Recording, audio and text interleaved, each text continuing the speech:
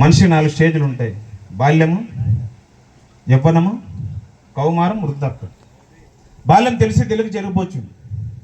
వయసు వచ్చింది, కోరికలతో నిండిపోయినాం, తెలుసుకోవాలనుకుంటున్నాం, సమయం లేదు. హరినామస్మరణ చేయాలంటావు, దేహం సహకరించదు. నీవు ఎప్పుడు తెలుసుకుంటావు? నీలో ఉండే అహంకారాన్ని ఎప్పుడు తొలగించుకుంటావు?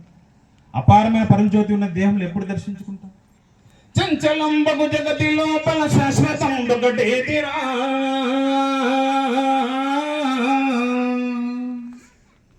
ఈ చంచలమైన జగతిలో శాశ్వతం ఏం చెప్పు? నువ్వే శాశ్వతం కాదు. పంచభౌతిక మందు దుర్భరమైన కాయం, పంచభూతంతో కూడుకున్న దేహం, ఆకాశము, వాయువు, అగ్ని, జలము, పృథ్వీయము. పంచభౌతిక మందు దుర్భరమైన కాయం, ఎప్పుడో విడిచేది ఎరకోలేదు. శతవర్షములు దాకా మితం చెప్పిరి. శతవర్షం 100 సంవత్సరం మితం చెప్పిరి, నమ్మ చెప్పిరి. పెళ్ళంటే 100 ఏళ్ల పంట అంటున్నారు. ఏది? బాల్యమందు, ప్రాయమందు, ముసలియందు, ముదియందు, ఈరును పేరును యుద్ధ మధ్యమున ఎప్పుడు ఏ క్షణంలో దేహమున్నంతలో నిన్ను తలగలడు. ఈరోజు మానవుడు స్వచ్ఛమైన పరబ్రహ్మ స్వరూపాన్ని తింటున్నాం, మనం అన్నాన్ని తింటున్నాం. తిని మలమూత్రపు దుర్గంధంతో కొడుకున్న విషయాన్ని ఇస్తున్నాం. అదే మనం పారేసిన ఇంగిలిస్తరాకులు తిన్న గోమాత అమృతాన్ని ఇస్తున్నది. చూడండి.